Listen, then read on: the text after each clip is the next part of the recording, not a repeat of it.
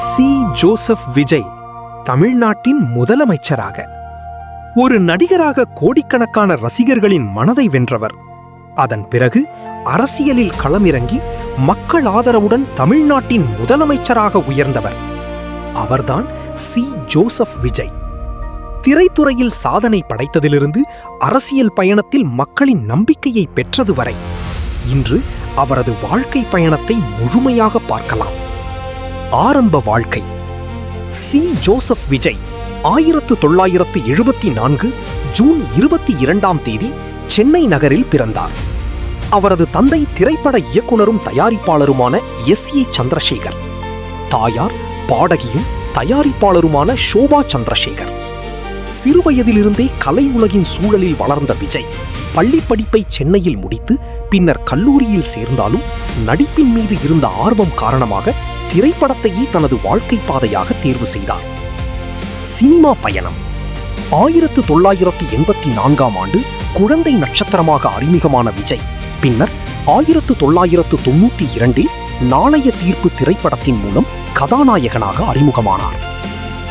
ஆரம்பத்தில் பல சவால்களை சந்தித்தாலும் தொடர்ந்து உழைத்து ரசிகர்களின் அன்பை பெற்றார். பூவே உனக்காக, காதலுக்கு மரியாதை, கில்லி, திருப்பாச்சி, பொக்கிரி, துப்பாக்கி, கத்தி, மிர்சல், மாஸ்டர், லியோ போன்ற பல வெற்றி.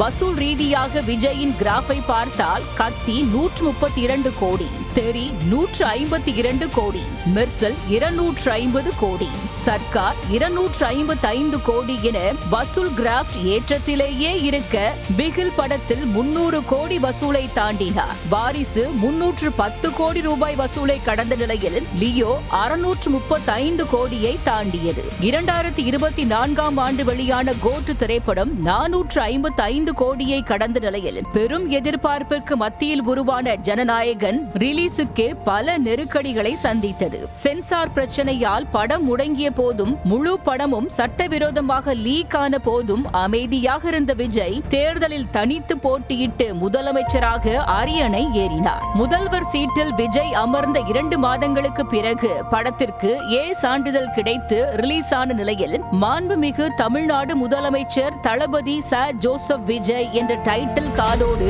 அவரது சட்டமன்ற சைகையும் ரசிகர்களை கொண்டாட்டத்தின் உச்சிக்கே நகர்த்தினர். ரசிகனில் இளைய தளபதியாக அவதாரம் எடுத்த விஜய் மிர்சலில் தளபதியாக மாறிய நிலையில் அடுத்து தாவேக தலைவராக உருவெடுத்து தமிழ்நாடு முதல்வராக மகுடம் சூடியிருப்பது அவரது ரசிகர்களை பெருமை கொள்ள வைத்துள்ளது. இறுதியிலிருந்தே தனக்கென தனி ரசிகர் பட்டாளத்தை உருவாக்கிய விஜய் 2000 ஆண்டுகளுக்கு பிறகு குழந்தைகளை வசீகரித்து பல தரப்பும் கொண்டாடும் நாயகனாக மாறி போனார். 2010 முதல் 2020 வரையிலான காலகட்டத்தில் மக்கள் பிரச்சனையில் அவரது நிலைப்பாடுகளும் துணிச்சலாக பேசிய பிரச்சனைகளுமே மக்கள் கொண்டாடும் தலைவன் அந்தஸ்திற்கு விஜயை உயர்த்தியது.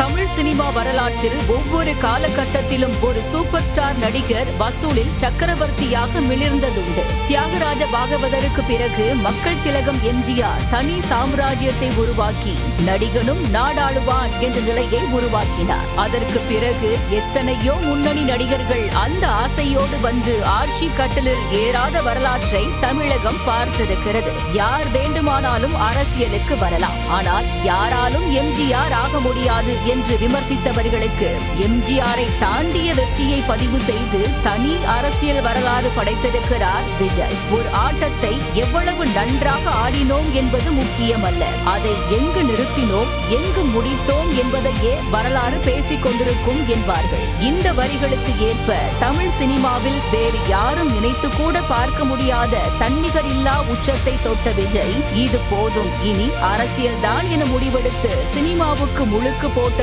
மக்கள் அவரை நம்ப முக்கிய காரணமாக அமைந்தது. நூற்றாண்டை நெருங்கும் தமிழ் சினிமாவில் ஒரு நாயகன் எப்படி இருக்க வேண்டும் என்ற இலக்கணத்தை வகுத்துவிட்டு விடை பெற்றிருக்கும் தளபதி வெற்றி கொண்டானை காலம் என்றென்றும் நினைவில் வைத்திருக்கும் என்பதில் சந்தேகம் இல்லை. சென்சார் பிரச்சனையால் ரிலீஸ் தள்ளி போன போதும், முழு படமும் HD குவாலிட்டியில் லீக் ஆன போதும், படத்திற்கு சான்றிதழ் கொடுக்கப்பட்ட போதும் தடைகள் அத்தனையும் தகர்த்தெறிந்து 4 நாட்களில் ஜனநாயகன் திரைப்படம் 217 கோடி ரூபாயை தாண்டி வசூல் வேட்டையை நடத்தி கொண்டிருப்பதே அதற்கு சாட்சி.